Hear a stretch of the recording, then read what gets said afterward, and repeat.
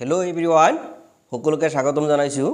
আজি মই তোমালোকৰ বাবে অৰ্থাৎ ক্লাছ 10ৰ ছাত্ৰ ছাত্ৰীসকলৰ বাবে 2026 চনত হ'ব লগা SSLC এক্সামৰ উপযোগী হোৱাকৈ ইংলিছ ছাবজেক্টটো এ লেটাৰ টু গড পাঠটি আলোচনা কৰি MCQৰ ভিডিঅ' এটা লৈ আহিছোঁ। আশা কৰোঁ সকলোৰে উপকৃত হ'ব।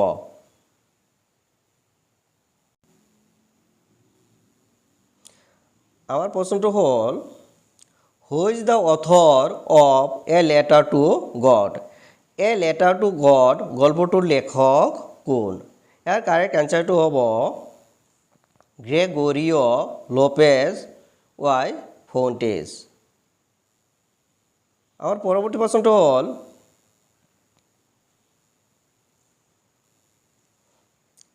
What was লেঞ্চোজ profession? অৰ্থাৎ লেঞ্চৰ পেচা কি আছিল? ইয়াৰ কাৰেক্ট এনচাৰটো হ'ব ফাৰ্মাৰ। অৰ্থাৎ লেঞ্চৰ পেচা বা জীৱিকা আছিল কৃষি বা চাষী। আমাৰ পৰৱৰ্তী প্ৰশ্নটো হ'ল, what did Lencho hope for? অৰ্থাৎ লেঞ্চৰ আশা কি আছিল? ইয়াৰ কাৰেক্ট এনচাৰটো হ'ব ৰেইন। অৰ্থাৎ লেঞ্চৰ আশা আছিল বৰষুণ হোৱা। আমাৰ পৰৱৰ্তী প্ৰশ্নটো হ'ল, what did the earth need for a good harvest? অৰ্থাৎ ভাল ধাননি ফলৰ বাবে মাটিৰ প্ৰয়োজন কি? ইয়াৰ কাৰেক্ট এনচাৰটো হ'ব ৰেইন। অৰ্থাৎ বৰষুণ। আমাৰ পৰৱৰ্তী প্ৰশ্নটো হ'ল,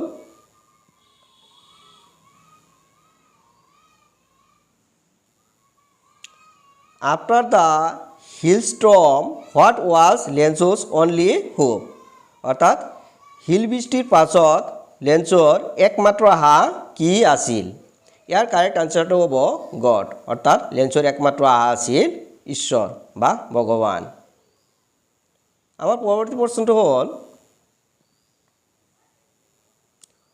to whom did Lencho write a letter? লেঞ্চোৱে কাক চিঠি লিখিছিল? ইয়াৰ কাৰেক্ট আনচাৰটো হ'ব গড। অৰ্থাৎ লেঞ্চোৱে ঈশ্বৰলৈ চিঠি লিখিছিল। আমাৰ পৰৱৰ্তী প্ৰশ্নটো হ'ল, how much money did Lencho ask from God? লেঞ্চোৱে ঈশ্বৰক কিমান টকা বিচাৰিছিল? ইয়াৰ কাৰেক্ট আনচাৰটো হ'ব 100 পেছ'ছ। আমাৰ পৰৱৰ্তী প্ৰশ্নটো হ'ল, what did Lencho post the letter? লেঞ্চোৱে চিঠিখন ক'ত পঠাইছিল? ইয়াৰ কাৰেক্ট এনচাৰটো হ'ব পোষ্ট অফিচ। অৰ্থাৎ লেঞ্চোৱে ডাকঘৰত চিঠিবোৰ পঠাইছিল। আমাৰ পৰৱৰ্তী প্ৰশ্নটো হ'ল,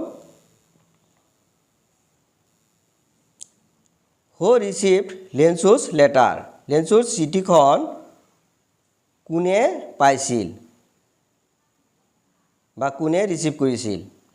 ইয়াৰ কাৰেক্ট এনচাৰটো হ'ব পোষ্ট মাষ্টাৰ। অৰ্থাৎ লেঞ্চৰ চিঠিবোৰ পোষ্ট মাষ্টাৰে পাইছিল বা ৰিচিভ কৰিছিল। আমাৰ পৰৱৰ্তী প্ৰশ্নটো হ'ল,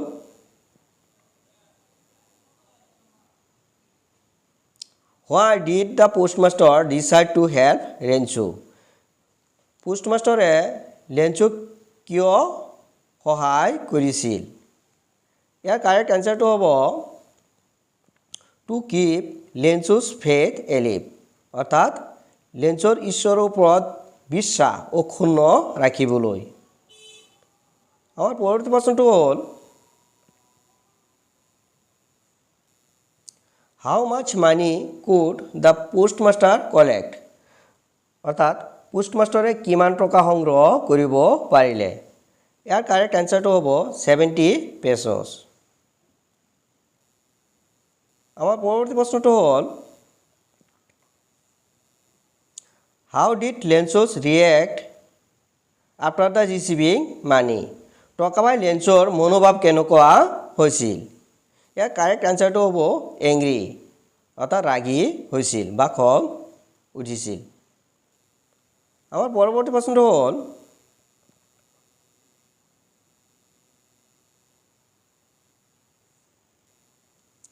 হোৱাই was লেঞ্চু angry after receiving the money টকা পাই লেঞ্চুৱে কিয় ৰাগী হৈছিল বা খং কৰিছিল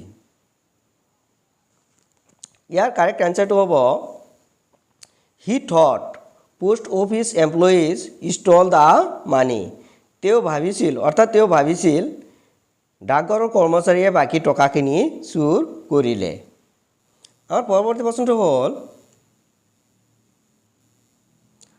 হাউ many son did Lencho have অৰ্থাৎ লেঞ্চৰ কিমান সন্তান আছিল ইয়াৰ কাৰেক্ট এনসাৰটো হ'ব সেভাৰেল সন অৰ্থাৎ কেইবাটাও সন্তান আছিল আমাৰ পৰৱৰ্তী প্ৰশ্নটো হ'ল হোয়াৰ ৱাজ লেঞ্চছ হাউচ সিটুৱেটেড অৰ্থাৎ লেঞ্চৰ ঘৰ ক'ত আছিল ইয়াৰ কাৰেক্ট এনসাৰটো হ'ব অন টপ অফ এ ল' হিল অৰ্থাৎ এটা সৰু পাহাৰৰ ওপৰত আমাৰ পৰৱৰ্তী প্ৰশ্নটো হ'ল what is the main theme of the story অৰ্থাৎ গল্পটোৰ মুখ্য বিষয় কি ইয়াৰ কাৰেক্ট এনসাৰটো হ'ব ফেইথ ইন গড অৰ্থাৎ ঈশ্বৰৰ ওপৰত বিশ্বাস থেংক ইউ